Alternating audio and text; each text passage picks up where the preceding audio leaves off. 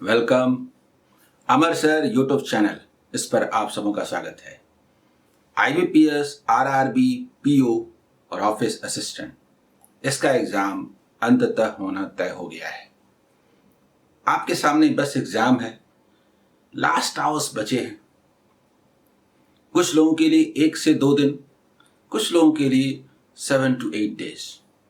मैं आज बहुत इंपॉर्टेंट टिप्स पर बात करने जा रहा हूं जो एग्जाम के पहले ध्यान रखना जरूरी होता है। जो आज तक आपने पढ़ा है, काम तो वही आता है, लेकिन फिर भी लास्ट आवर में आपका अप्रोच आपको कुछ एक्स्ट्रा मार्क्स दिला सकता है, आपसे 100% परफॉर्म करा सकता है। इसलिए इस समय का बड़ा इंपॉर्टेंस है। मैं साइंटिफिकली बहुत इंपॉर्टेंट चीजों पर बात करने जा रहा हूं। आप सबों को बहुत मदद मिलेगी, ऐसा मेरा मानना है। इसमें मैं क्या बात करने जा रहा हूं? अचानक एग्जाम हो रहा है, वो कंडीशंस विपरीत हैं, उसमें लास्ट स्टेज में आपका अप्रोच, एग्जाम हॉल में अप्रोच, किस सेक्शन को पहले अटेम्प्ट करें और नंबर ऑफ क्वेश्चंस और क्वेश्चंस के नेचर, उन पर आपका दृष्टिकोण क्या होना चाहिए। तो एक एक करके बात करते हैं, ठीक है। सबसे पहली बात है कि ये कोरोना पीरियड में सबों के लिए विपत्ति का समय है। बहुत सारे स्टूडेंट एग्जाम देने जा भी नहीं पाएंगे। कुछ ने एग्जाम के लिए जो अपना आवागमन का साधन था वो तय कर लिया था, कैंसिल कर दिया। अब उनके लिए जाना भी मुश्किल हो रहा है। फिर भी ये अप्रत्याशित स्थिति है और इसमें आपको पूरी कोशिश करनी है कि जहां तक संभव हो आप एग्जाम दें। और जब आप एग्जाम देने का निश्चय कर लेते हैं तो ये अपोजिट कंडीशन सबके लिए है। इसी में आपको अपने लिए अवसर बनाना है। इसलिए एग्जाम देना है। अपोजिट कंडीशन सबके लिए है, सिर्फ आपके लिए नहीं है। सामान्य स्थितियों में भी कंपटीशन होना था, आज भी कंपटीशन होना है। तो पॉजिटिव एटीट्यूड के साथ इस अवसर में अपना 100% देने के बारे में आपको सोचना है। मैं बात करता हूं साइंटिफिकली। मैंने आपके सामने टेबल बना करके दिखाने का प्रयास किया है, लेकिन ये बताने के पहले मैं आपको एक इंपॉर्टेंट बात बताना चाहता हूं। आपने क्रिकेट टीम का दौरा देखा होगा।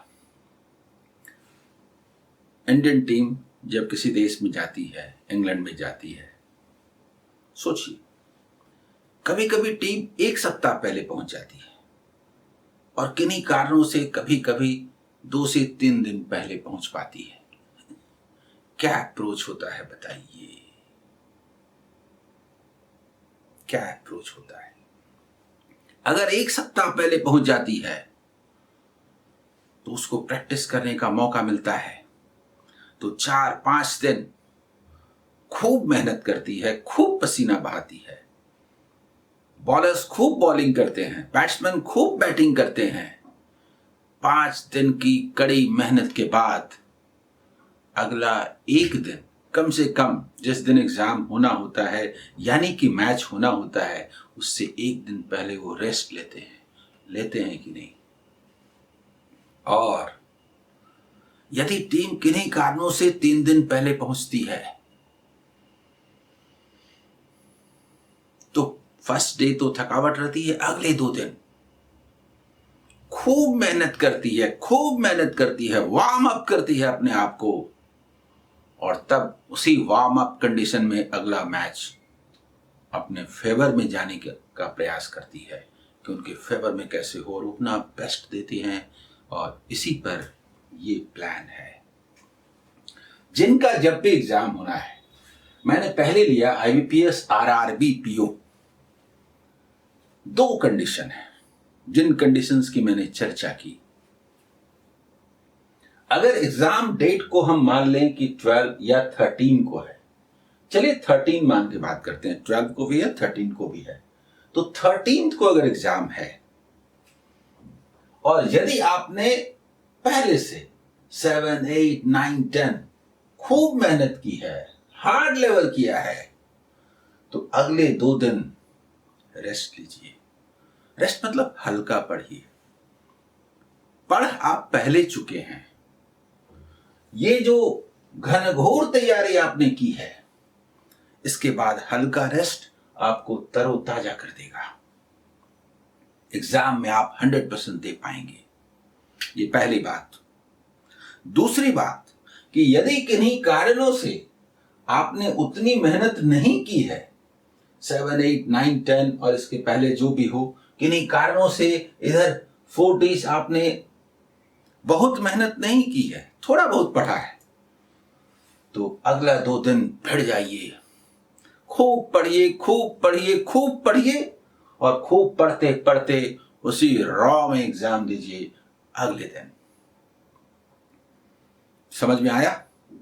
ठीक यही अप्रोच अगर हम बात करें कि आईबीपीएस आरआरबी ऑफिस असिस्टेंट का है, आगे होना है, और मान लीजिए कि 20th को एग्जाम है, जिनका एग्जाम है, तो यही बात मैं फिर कह रहा हूं, अगर आप पहले से खूब पढ़ते चले आ रहे हैं, पढ़ते चले आ रहे हैं मतलब हमेशा अपने हाथ में नहीं होता। कंसंट्रेशन ये एकदम अपने हाथ में नहीं होता, कभी कभी टूट भी जाता है। तो इसी ख्याल से मैं कह रहा हूं कि अगर किसी कारण से आपका कंसंट्रेशन बना हुआ है और लगातार आप पढ़ते चले आ रहे हैं, तो 18th और 19th को कुछ खास नहीं पढ़ना है। हल्का फुल्का किसी चैप्टर के कॉन्सेप्ट में कुछ प्रॉब्लम है तो उसका कॉन्सेप्चुअल पार्ट जहां से भी देखते हैं, वीडियो देखते हैं या जो भी करते हैं, हल्का हल्का देख के एग्जाम दीजिए, बढ़िया परफॉर्म कीजिएगा। और अगर आप नॉर्मल नॉर्मल नॉर्मल चलते हैं तो अंतिम 2 दिन 18th 19th को झोंक दीजिए अपने को। झोंकने का मतलब जितना कुछ आपने पढ़ा है उन सब का रिवीजन कर लीजिए। उसमें जहां जहां आपको दिक्कतें नजर आती हैं उन सबको जाकर के देखिए और कॉन्सेप्ट को क्लियर कीजिए। अधिक से अधिक चीजें दिमाग में रहें, रिफ्रेश हो जाए और फिर एग्जाम दीजिए। ये पहली और सबसे महत्वपूर्ण बात थी जो मुझे आपको कहनी थी। सफलता का, सक्सेस का कोई एक रास्ता नहीं होता, डिफरेंट वेज होते हैं। कॉम्पिटिटिव फेज में, इन्हीं कंडीशंस में आपको दूसरों से आगे निकलना है। और अब मैं दूसरी बहुत इंपॉर्टेंट बात बोलने जा रहा हूं। वो क्या है? ये एग्जाम पैटर्न आप जानते हैं। 45 मिनट्स में आपको कंपोजिट टाइम है, 40 क्वेश्चंस हैं आपके पास, लेकिन आप एक का टाइम दूसरे में नहीं देंगे, ये आप समझ लीजिए, क्योंकि इसमें सेक्शनल कट ऑफ है। तो 2 ही भाग है, रीजनिंग और न्यूमेरिकल एबिलिटी। चाहे ऑफिस असिस्टेंट का सवाल हो या ऑफिसर स्केल 1 का हो, तो इन 40 क्वेश्चंस के सेट में आपको क्या करना है? तो सबसे पहली बात, उसके बाद चलते हैं आगे, मैंने बनाया है इसका पूरा प्रोग्राम। पहले किसको अटेम्प्ट लें? फर्स्ट अटेम्प्ट किसको लें? मैथमेटिक्स को लें कि रीजनिंग को लें? तो ये डिपेंड करता है स्टूडेंट पर। जो स्ट्रॉन्ग साइड होता है उसको सबसे पहले करते हैं, ताकि उसको कम समय में एक्यूरेसी के साथ अधिकतम स्कोर किया जा सके। जो ले सकते हैं पहले ले लें, ये इसके पीछे छुपा हुआ है। तो मेरा अपना अनुमान है कि करीब करीब जितने स्टूडेंट्स हैं उसमें 70% स्टूडेंट्स ऐसे होते हैं जिनको मैथमेटिक्स की तुलना में रीजनिंग कंफर्टेबल लगता है। मैं मैथ पढ़ाता हूं, ये अलग बात है, लेकिन स्टूडेंट को मैथमेटिक्स की तुलना में रीजनिंग थोड़ा कंफर्टेबल लगता है। तो आप वैसे 70% स्टूडेंट पहले रीजनिंग अटेम्प्ट करेंगे और तब मैथमेटिक्स सेक्शन में जाएंगे। जब आप पहले रीजनिंग में जाएंगे और रीजनिंग आपका स्ट्रांग है, तो आप 22 मिनट्स दीजिए, 23 मिनट्स अगले में दीजिएगा।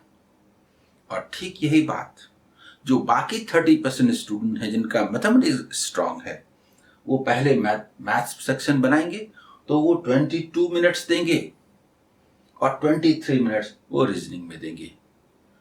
ये पहले मुझे बता देना था। अब आइए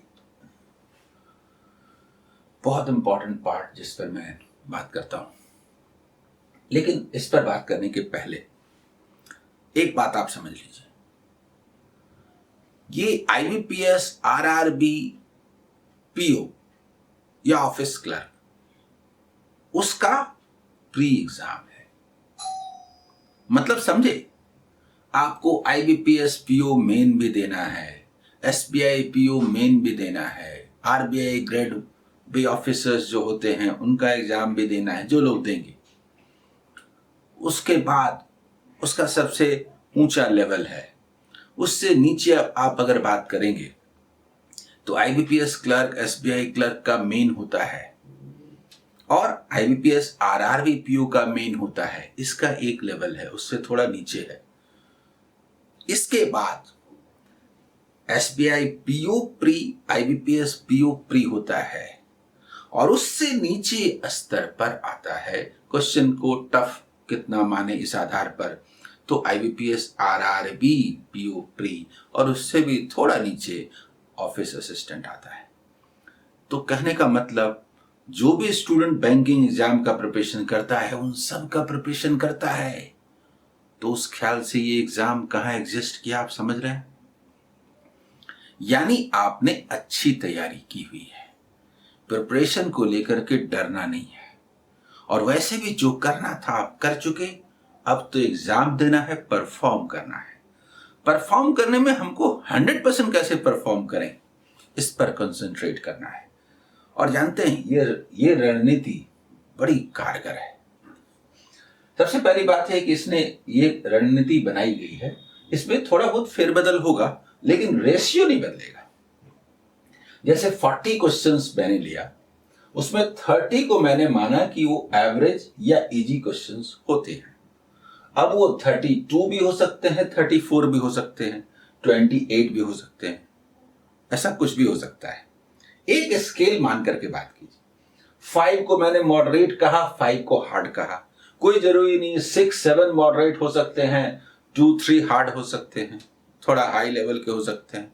हो सकता है कि 1 हार्ड लेवल हो, 2, 3 मॉडरेट हो, सब इजी हो जाए इधर का भी। ये सब तरह तरह के कंडीशंस है। मैं एक रेशियो की बात कर रहा हूं कि मान लीजिए कि कुछ इस तरह का सिचुएशन है। अलग अलग शिफ्ट में भी अलग अलग होता है। तो सबसे पहली बात है, जानते हैं जो स्टूडेंट खूब मेहनत करता है उसको रणनीतिक तौर पर गलती नहीं होनी चाहिए।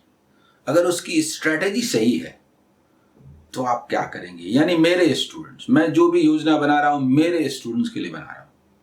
मैं इतना पढ़ाता हूं, देखता हूं मेरे स्टूडेंट कितना बढ़िया परफॉर्म कर रहे हैं, मुझे उन सबसे रिजल्ट्स की उम्मीद है, यूट्यूब से लेके, अनअकैडमी से लेके अपने वेबसाइट तक और अपने इंस्टीट्यूट तक। तो मैं सारे लोगों के लिए बात कर रहा हूं, सभी अच्छा परफॉर्म कर रहे हैं, उन सब का रिजल्ट आना चाहिए। तो उनका रिजल्ट आना चाहिए, तो रिजल्ट के चांसेस को मैं कैसे बढ़ाऊं, इसलिए बात कर रहा हूं। 30 के आसपास जो एवरेज और इजी क्वेश्चंस होंगे, यहां पर आपको एक्यूरेसी मेंटेन करनी है।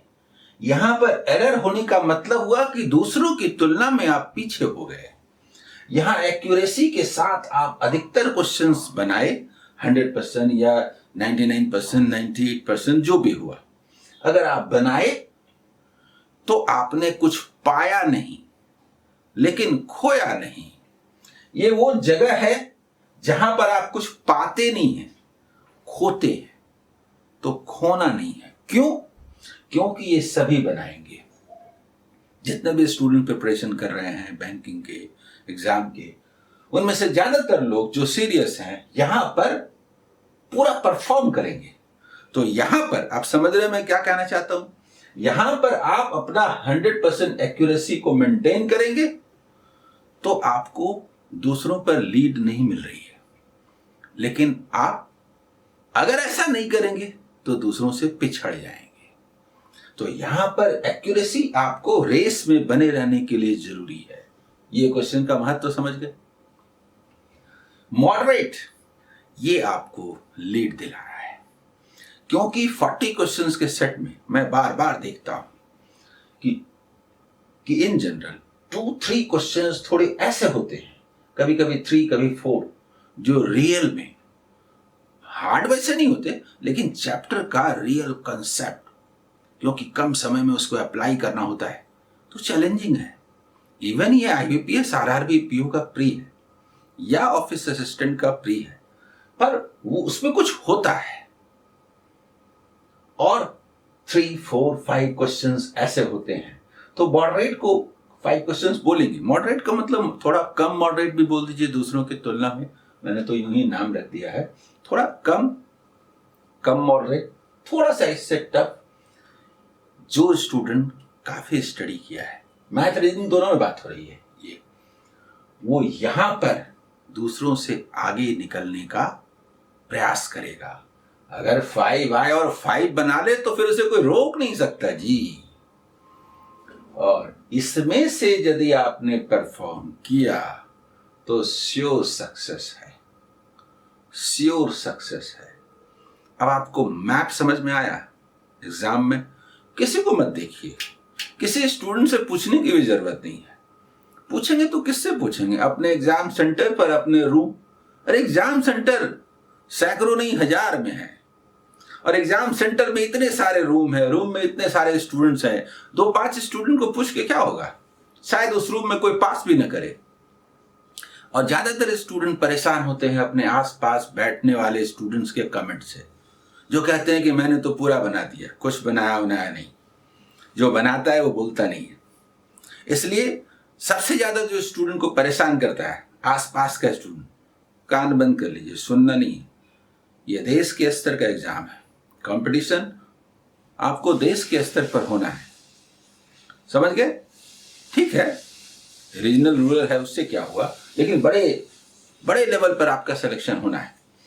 तो आप समझ लीजिए कि यहां पर जो आप परफॉर्म करेंगे, कंसंट्रेट करना है इस पर। मैं नहीं चाहता कि आप अपने ऊपर इतना प्रेशर लें। हार्ड क्वेश्चन यदि जिसको हार्ड बोला जा रहा है, हो सकता है कोई हार्ड ना हो। मैं तो कंपैरेटिव बात कर रहा हूं। तो जो स्टूडेंट पढ़ा है, मैं तो जानता हूं आप सबों को, तो मैं तो पहले से कह रहा हूं कि मैं अपने स्टूडेंट से बात कर रहा हूं। इन क्वेश्चंस को जरूर बनाएंगे, और मैं जानता हूं कि मेरे स्टूडेंट्स क्या गलती करेंगे और क्या सही करेंगे, क्या उनके फेवर में जाएगा, क्या अगेंस्ट में जाएगा। मैं चाहे कितनी भी योजना बना लूं और कितना भी आपको बता दूं, आप 1-2 गलती कर ही दीजिएगा। मैं अपने स्टूडेंट को जानता हूं, वो यहां 1-2 एरर कर ही देंगे, लेकिन मैं ये भी जानता हूं कि इसके सारे क्वेश्चंस वो बना लेंगे और ये उनको लीड दिलाएगा।